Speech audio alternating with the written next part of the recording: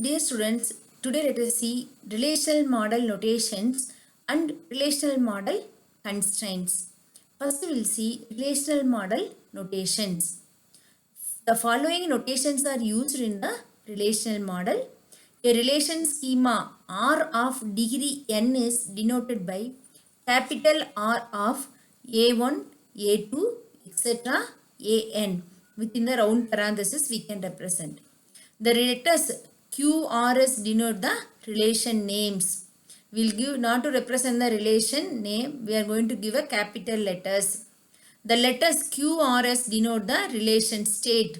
Okay, state representing the state, we are going to use QRS. The letters TUV denote the tuples. Tuple T, tuple U, that is represented with TUV. Okay, so this is the relational model notations. Now we will see relational model constraints. So the constraints means everyone knows it is a conditions. So the relational model conditions means the conditions on relation instance. So the constraints are conditions that must hold on all valid relation instances. Okay, there are three main types of constraints in relational model. The first one is inherent model based or implicit constraint.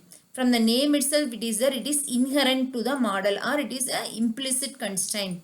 So these constraints are inherent to the data model. Okay, so the characteristics of relations are the inherent constraints of the relation model. Already we have seen, no, that's not necessarily the tuples are ordered, but the values should be ordered. These things we have seen, no, that is a called as implicit constraints. For example, the constraint that a relation cannot have duplicate tuples in an inherent constraint. Duplicate tuples are not possible in a relation. When we are entering, suppose the same relation is entered, same tuple is entered again means it won't accept the relation. Okay, so that is one of the inherent or implicit constraint of a relation model. The next type is schema based or explicit constraints. So these constraints only especially we are going to use in our lab. Okay, this is schema based. When we are defining the schema itself, we have to define these constraints. So constraints that are directly expressed in schemas of the data model using DDL statements. DDL statements are used to define this schema based constraints. There are 5 types in the schema based constraints: domain constraints, key constraints, constraints on nulls, entity integrity constraints, referential integrity constraints. We will see one by one. The first one is domain constraints.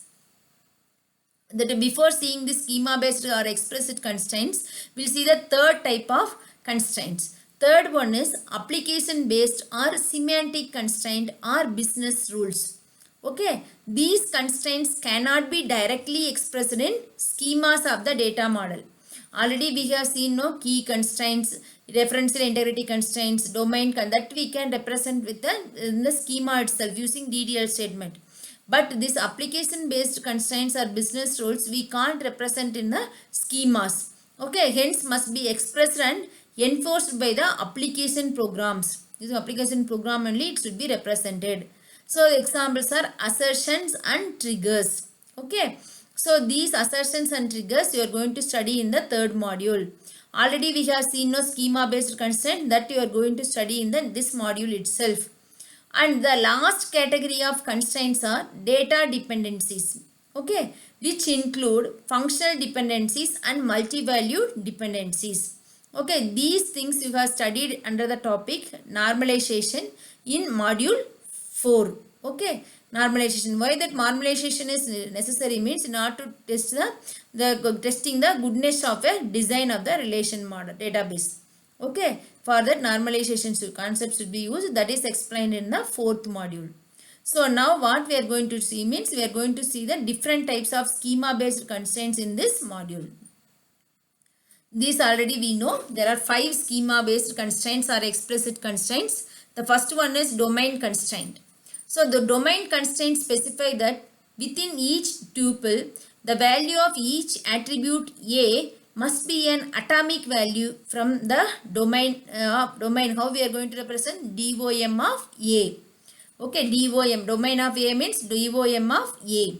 So data types associated with domains typically include standard numeric data types for integers, okay, and real numbers. We know that. And characteristics, booleans, fixed length strings and variable length strings are also available. Also date, time, timestamp, money and or other special data types. Based on the data type, it is going to take the values. That is called as domain constraints. The second one is key constraints. In that key constraints, we are going to see the different types of keys. Super key, candidate key, then key, then we are going to see the primary key and for the foreign keys all.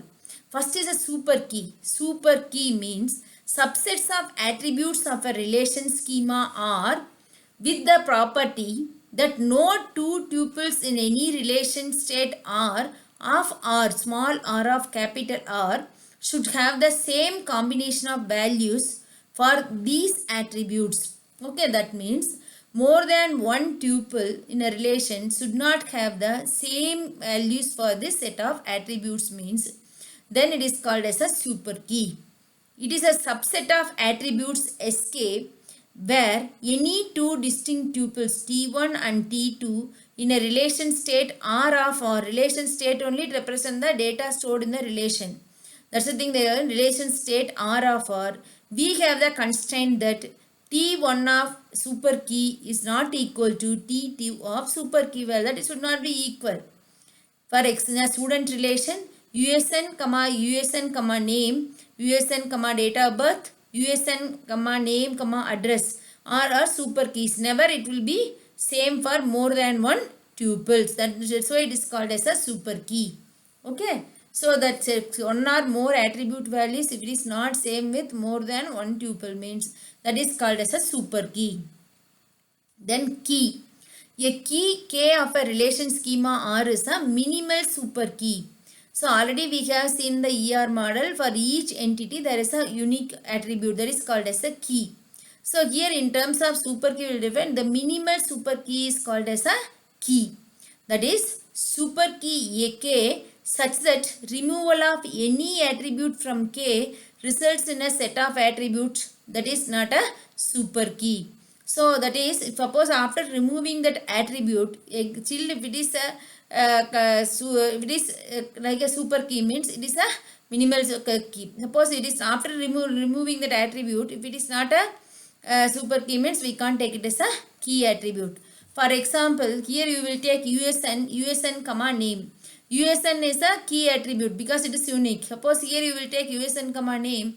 If you remove this USN key, name is not a super key alone. So that is not a super key. Okay. So minimal. So it is a minimal super key. Here among this minimal super key is only USN. So USN is the minimal super key. Then candidate key. Sometimes the relation schema may be having more than one key. For example, if you take in that ER company database ER diagram, in that there we have specified the department. There is a 3 attributes: department number, name and locations. There both the department number and name will be unique for each department. So in that case, either department number we can take it as a primary key or department name we can take it as a primary key or key. So that case what we will call both name and number as a candidate keys. There are 2 candidates. Any one should be taken as a key attribute. Then next is primary key. So this is the candidate key whose values are used to identify tuples in a relation. If there is more than one primary keys or key at candidate, candidate keys are there, any one should be taken as a primary key. Another key is a secondary key. For example, if we will take in the department relation, department number is taken as a primary key means department name is a secondary key. Suppose department name is taken as a primary key means department number will be the secondary key. So that primary key should be underlined. Okay. Then this is the example. Here you will take the car relation. There are 5 attributes: license number, engine serial number, make, model, year. So the license number itself is taken as a key attribute. Even engine serial number is unique. So there are 2 candidates keys, license number and engine serial number. But here we have taken license